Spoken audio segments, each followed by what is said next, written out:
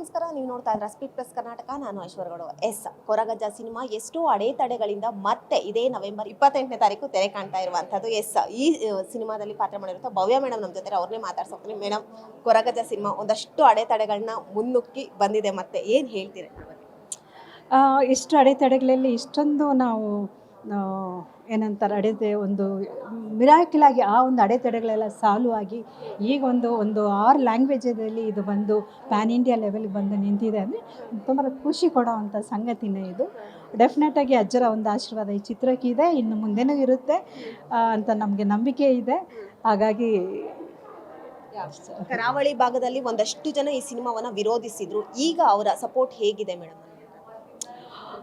ಇದ್ರ ಬಗ್ಗೆ ಎಲ್ಲ ನೀವು ಈ ಪ್ರಶ್ನೆ ಡೈರೆಕ್ಟ್ರನ್ನೇ ಕೇಳಬೇಕು.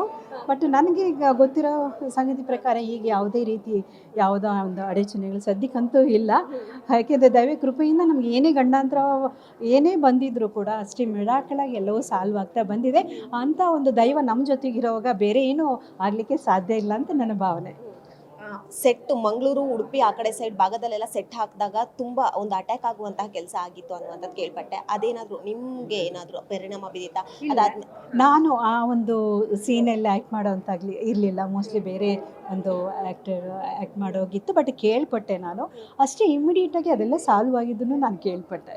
ಅದಕ್ಕೋಸ್ಕರ ನಾನು ಹೇಳಿದ್ದು, ದೈವ ಇರುವಾಗ ನಮಗೆ ಯಾವುದೇ ರೀತಿ ಏನೇ ಒಂದು ಬಂದ್ರೂ ಡೆಫಿನೆಟಾಗಿ ಅದು ಹಾಗೆ ಹೋಗುತ್ತೆ, ಹೇಗೆ ಬರುತ್ತೋ ಹಾಗೆ ಹೋಗುತ್ತೆ.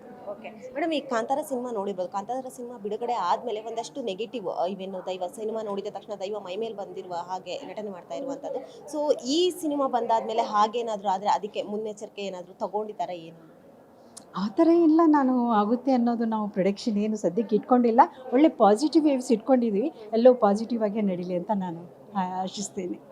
ಕೊನೆಯದಾಗಿ ಮೇಡಮ್, ನಿಮ್ಮ ಪಾತ್ರ ಯಾವ ರೀತಿ ಇದೆ ಅನ್ನುವಂಥದ್ದು ಈ ಸಿನಿಮಾ? ಇದು ಪಂಜಂತಾಯಿ ಅಂತ ಕ್ಯಾರೆಕ್ಟರ್, ನಾನೊಂದು ರಾಣಿಯ ಪಾತ್ರ ಮಾಡ್ತಾ ಇದ್ದೀನಿ. ಇದೊಂದು ಸೆಂಟಿಮೆಂಟ್ ಕ್ಯಾರೆಕ್ಟರು.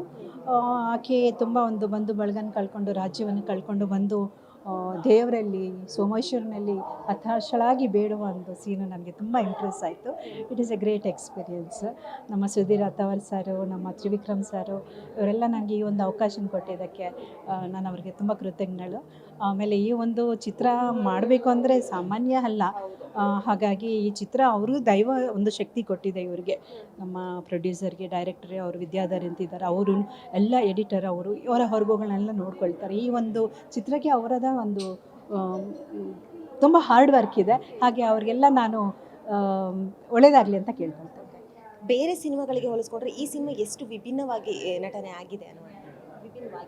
ಇದನ್ನೆಲ್ಲ ನೀವು ಚಿತ್ರ ನೋಡಿದ ನಂತರ ನೀವು ಹೇಳಬೇಕು, ಆಮೇಲೆ ನಾವೆಲ್ಲ ಮಾತಾಡೋಣ. ನಿಮಗೆ ನನಗೆ ಅನಿಸಿರೋ ಹಾಗೆ ಚಿತ್ರ ಚೆನ್ನಾಗಿ ಮೂಡಿ ಬಂದಿದೆ. ಇದು ಡೈರೆಕ್ಟರ ಒಂದು ವಿಶಿಷ್ಟತೆ, ಒಂದು ವೈಶಿಷ್ಟ್ಯತೆ, ಒಂದು ವಿಶೇಷತೆ, ಅವರೊಂದು ತಮ್ಮದೇ ಆದ ಶೈಲಿಯಲ್ಲಿ ಒಂದು ಛಾಪನ್ನು ಮೂಡಿಸಿದ್ದಾರೆ. ಇದು ಖಂಡಿತವಾಗ್ಲೂ ಇದೊಂದು ಸಕ್ಸಸ್ ಆಗುತ್ತೆ ಅಂತ ನನ್ನ ಭಾವನೆ. ಇನ್ನೊಂದು ಕೊನೆಯದಾಗಿ, ಶ್ರುತಿ ಮೇಡಮ್ ಹೇಳ್ತಾ ಇದ್ರು, ಟೈಮ್ಲೆಸ್ ಇಲ್ದೇನೆ ಈ ಸಿನಿಮಾದಲ್ಲಿ ಮಾಡಿರುವಂಥದ್ದು. ಮಾರ್ನಿಂಗ್ 6 ಗಂಟೆಗೆ ಸ್ಟಾರ್ಟ್ ಮಾಡಿದ್ರೆ ನೆಕ್ಸ್ಟ್ ಡೇ ಮಾರ್ನಿಂಗಿಗೆ ನಾವು ಸೆಟ್ನ ಕ್ಲೋಸ್ ಮಾಡ್ತಾ ಇರುವಂಥದ್ದು ಅನ್ನುವಂಥದ್ದು. ಇದು ಅವ್ರನ್ನೇ ಕೇಳಬೇಕಲ್ವ ನೀವು, ನನ್ನನ್ನು ಕೇಳಿದ್ರೆ ಹೇಗೆ?